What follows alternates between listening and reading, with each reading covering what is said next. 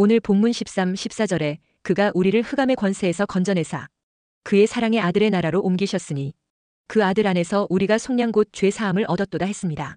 하나님께서 그 아들 예수 그리스도를 세상에 보내어 우리 죄를 십자가에서 대속하고 이것을 믿고 받아들이는 자들의 죄를 속량하여 죄 사함과 함께 그의 사랑의 아들의 나라인 천국으로 인도하시고자 하신다는 것입니다.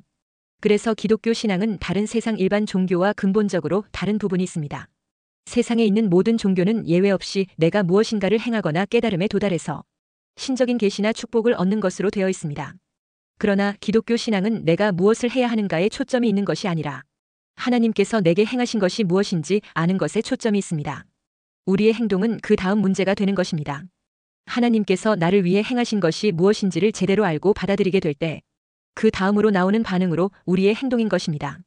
구약에서 하나님이 이스라엘 백성들에게 율법을 주셨을 때도 하나님께서 먼저 그들을 애굽에서 탈출하도록 하신 후에 이렇게 살아라면서 율법을 주신 것입니다. 이렇게 기독교 신앙의 초점이 나에게가 아니라 하나님께 있다는 것입니다. 하나님께서 먼저 우리에게 엄청난 좋은 조건을 제시하십니다. 이것을 가리켜 복음이라고 합니다. 기독교가 전하는 메시지를 복음이라고 하는 이유는 우리가 무엇을 행하기에 앞서서 먼저 하나님께서 우리를 위하여 엄청난 일을 행하셨기 때문입니다. 그래서 굿뉴스, 좋은 소식, 복음이라고 하는 것입니다. 그러면 하나님께서 우리에게 행하신 엄청난 일이 무엇입니까? 그것은 바로 그의 아들 예수 그리스도를 우리를 위해 주신 것입니다. 오늘 본문은 우리에게 주신 그의 아들이 어떤 분인지를 전해주는 아주 중요한 말씀입니다. 바울 당시의 골로새 교회에는 은밀하게 들어온 이단들이 있었는데 그들은 예수님에 대해 아주 잘못된 이해를 가지고 있었습니다. 그것은 오늘날의 이단들도 마찬가지입니다. 예수님에 대한 이해가 정확하지 않고 오류가 난 상태에서 믿음을 이야기하기 때문에 결국 거짓 가르침에 빠져들게 되는 것입니다. 바울이 복음 되신 예수님에 대하여 소개하고 나서 마지막 부분에서 무엇이라 했습니까? 23절에 만일 너희가 믿음에 거하고 터 위에 굳게 서서 너희들은 바 복음의 소망에서 흔들리지 아니하면 그리하리라. 이 복음은 천하 만민에게 전파된 바요 나 바울은 이 복음의 일꾼이 되었노라 했습니다. 이 좋은 복음이 유대인에게만 주어진 것이 아니라 천하 만민에게 전파된 것이니 바울이 어찌 복음의 일꾼이 되지 않을 수 있었겠냐는 것입니다. 복음이신 예수님에 대한 온전한 이해가 있게 되면 그 복음의 일꾼으로 살아갈 수밖에 없다는 것입니다. 복음의 일꾼으로 어떻게 행해야 하는가 하는 것은 24절부터 말하고 있습니다. 먼저 중요한 것은 복음이신 예수님에 대한 이해입니다.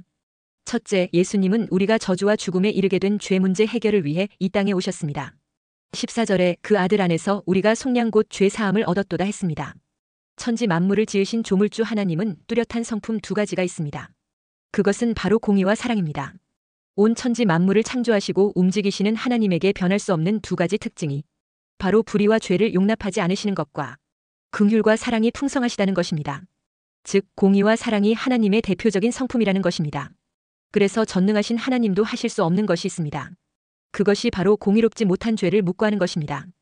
죄의 상태를 계속 방치할 수 없다는 것입니다. 그것은 하나님의 의로운 성품 때문입니다. 그래서 최초의 인간 아담이 하나님의 말씀에 불순종하고 범죄하여 불의하게 되자 아름답고 좋은 에덴 동산에서 쫓아내었던 것입니다. 공의로우신 하나님이 죄와 함께할 수 없기 때문에 일어나는 일인 것입니다. 그러나 우리는 아담의 부패 타락한 본성을 닮아 죄 아래서 태어났기 때문에 죄가 너무 익숙하여 그런 하나님의 의로운 속성이 잘 이해가 안 될 수도 있습니다. 그만큼 죄 가운데서 태어나 죄에 오염된 인간은 의로움에 대한 감각이 무디어진 것입니다. 그러나 하나님은 의로운 분이시기 때문에 불의한 죄와 함께할 수가 없으신 것입니다. 그리고 하나님의 또 다른 성품이 바로 사랑입니다. 다시 말해 죄 가운데 하나님의 진노를 받을 수밖에 없는 자들을 그럼에도 사랑하시는 것입니다. 하나님에게 있는 이 공의와 사랑은 서로 상반되는 성품이십니다. 이런 성품을 가지신 하나님께서 범죄한 인간을 놓고 공의와 사랑을 동시에 적용하자니 딜레마가 생기는 것입니다. 이 서로 모순되고 부딪히는 하나님의 성품을 해결하기 위해서 그 아들 예수님이 인간의 몸을 입고 세상에 찾아오신 것입니다.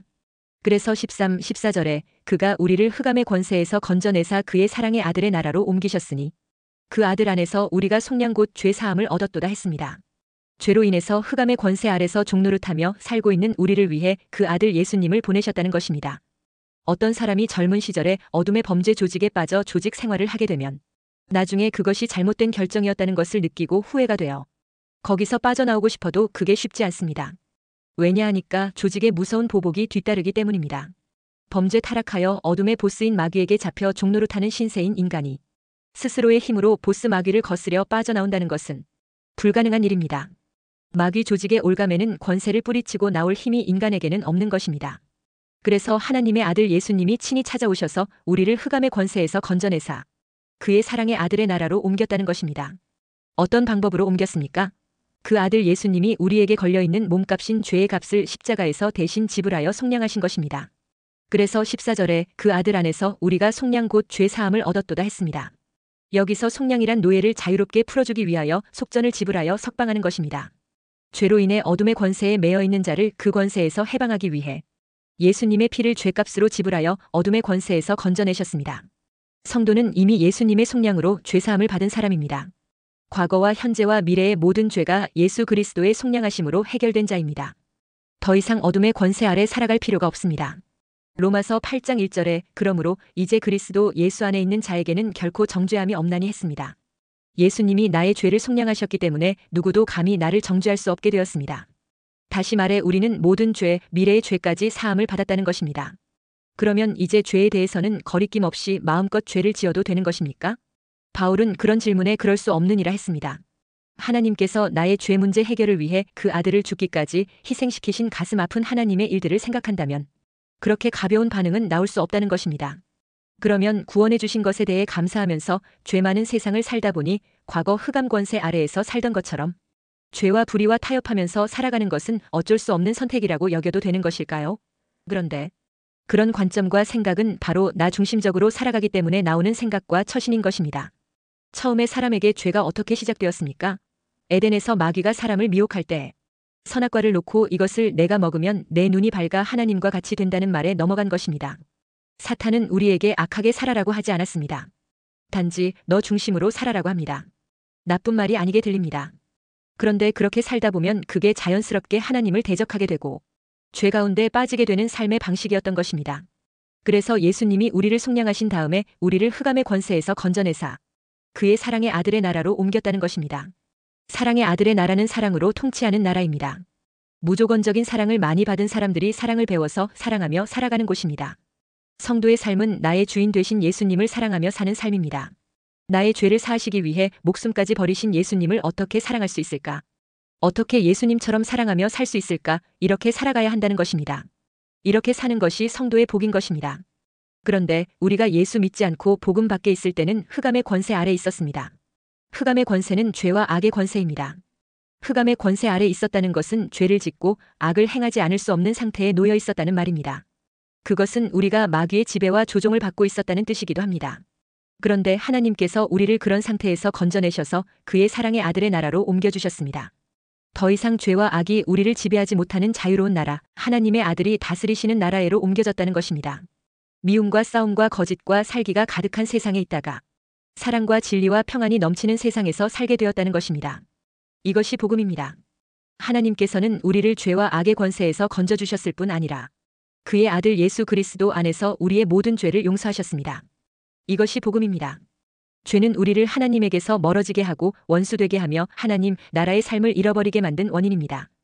또 죄는 우리 인간 사이의 사랑과 교제와 일치의 관계를 파괴하고 우리 안에 시기, 질투, 미움, 다툼, 거짓, 불안, 초조, 살인 등의 원인이 됩니다. 또 죄는 온갖 악과 모든 인간의 멸망과 영원한 죽음이라는 하나님의 형벌을 자초한 근본 원인입니다. 따라서 그 죄의 용서를 받았다는 것은 곧 인간이 처한 모든 악과 죽음의 문제가 해결될 수 있게 되었음을 의미하는 것입니다. 이것이 복음인 것입니다. 둘째, 우리를 속량하신 예수님은 이 땅에 오셔서 만물을 새롭게 창조하셨습니다. 도대체 예수님이 어떤 분이기에 우리의 죄를 속량하실 수 있는 것입니까? 15절에 그는 보이지 아니하는 하나님의 형상이시요 모든 피조물보다 먼저 나신 이시니 했습니다. 이 말씀은 그가 누구신지 두 가지를 말하고 있습니다.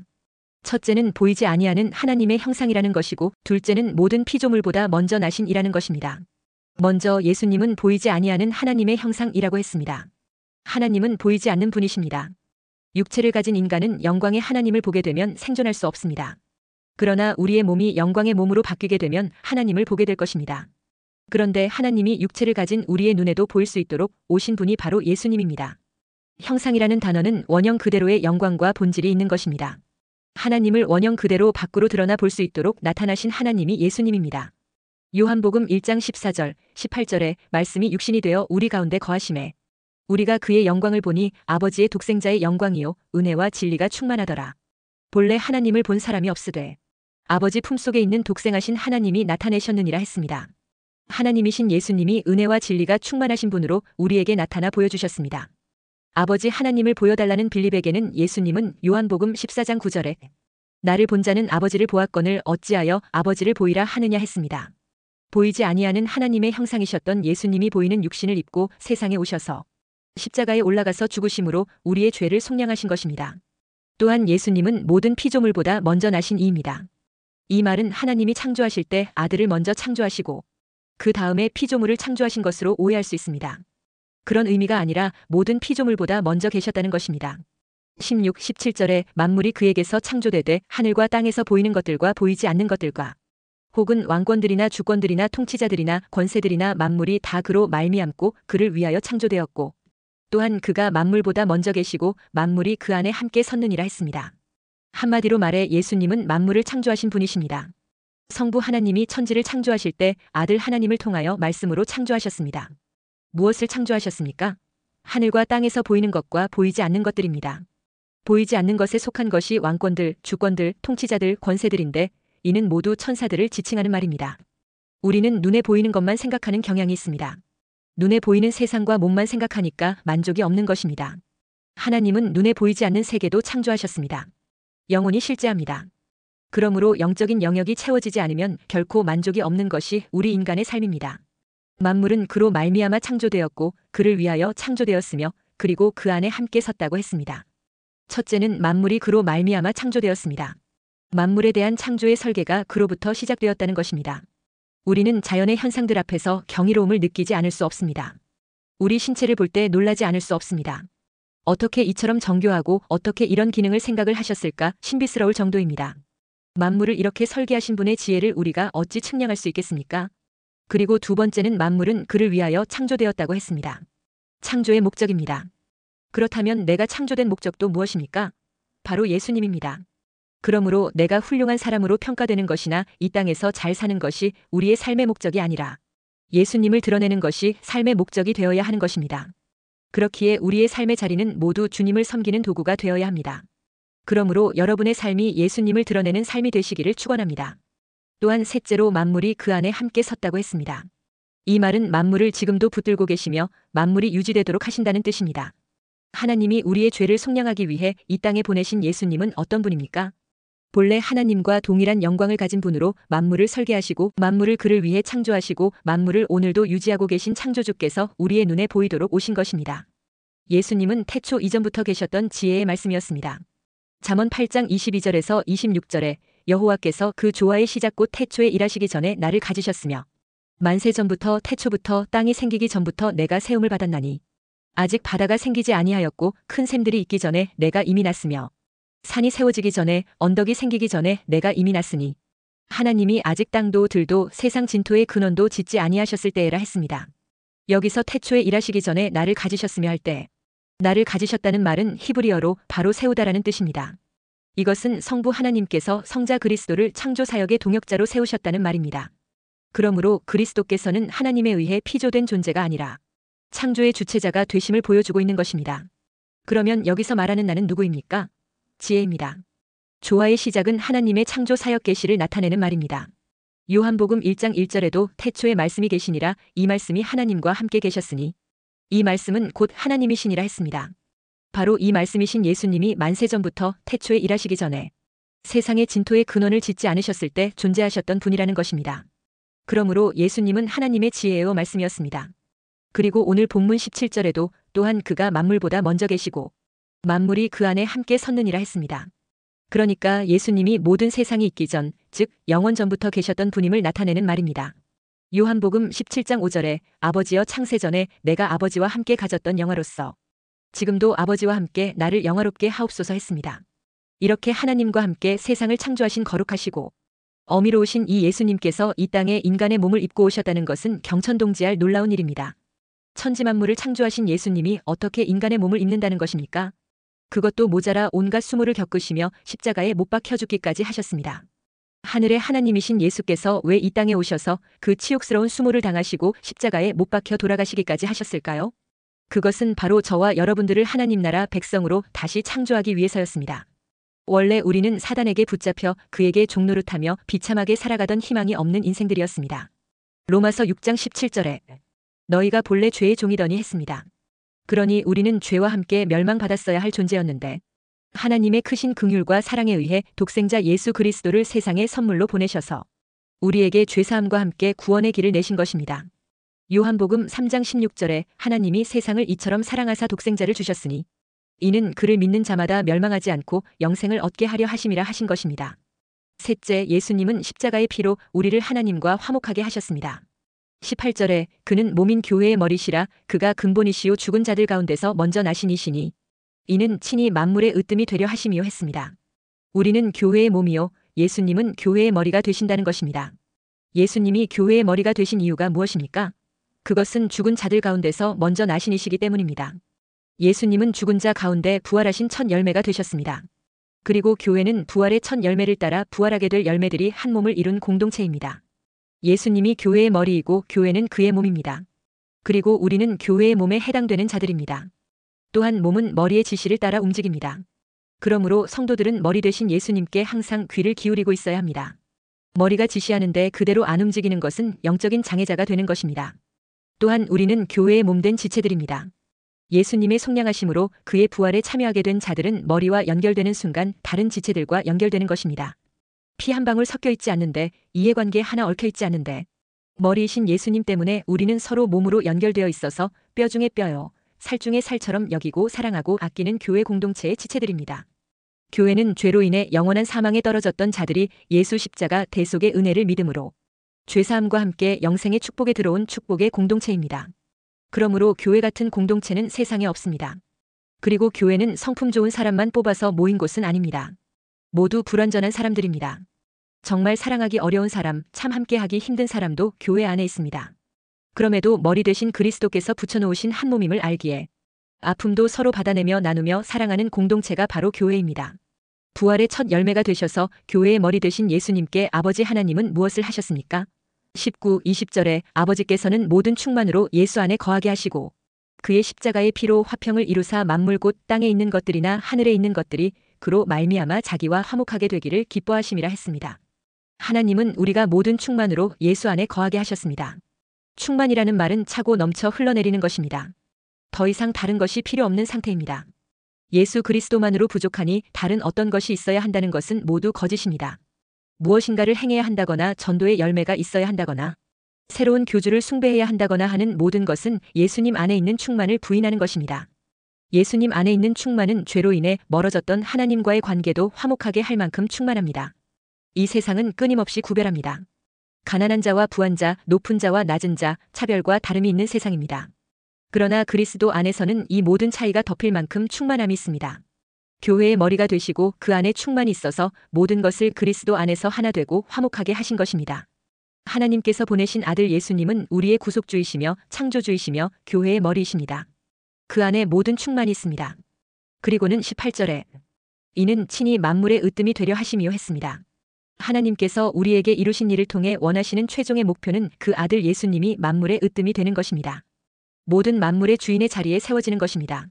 모든 만물이 하나님이 보내신 아들 예수님을 보고 그가 창조하셨고 그가 구속하셨고 그가 교회의 머리 되셨고 그 안에 충만이 있음을 알고 그에게 나의 모든 왕관을 벗어드리는 것입니다. 그것이 장차 천국에서 이루어지는 최종적인 경배입니다.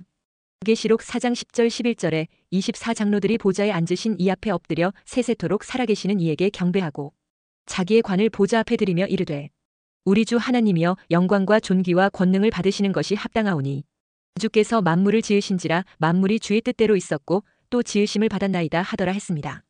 그러므로 나 자신도 나의 일도 나의 가치도 나의 재물도 모두 그 으뜸 되신 주님께 그 자리를 내어드리는 것이 경배입니다. 우리가 단지 주일 성수했다는 것에 만족하는 것이 예배가 아닙니다. 진정한 예배는 나의 삶의 모든 순간에 예수님만이 나의 으뜸이심을 실천하기를 힘쓰는 것입니다.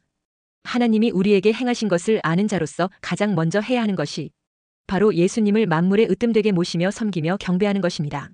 항상 예수님을 으뜸으로 모시는 참 경배자로 살게 되시기를 주의 이름으로 축원합니다.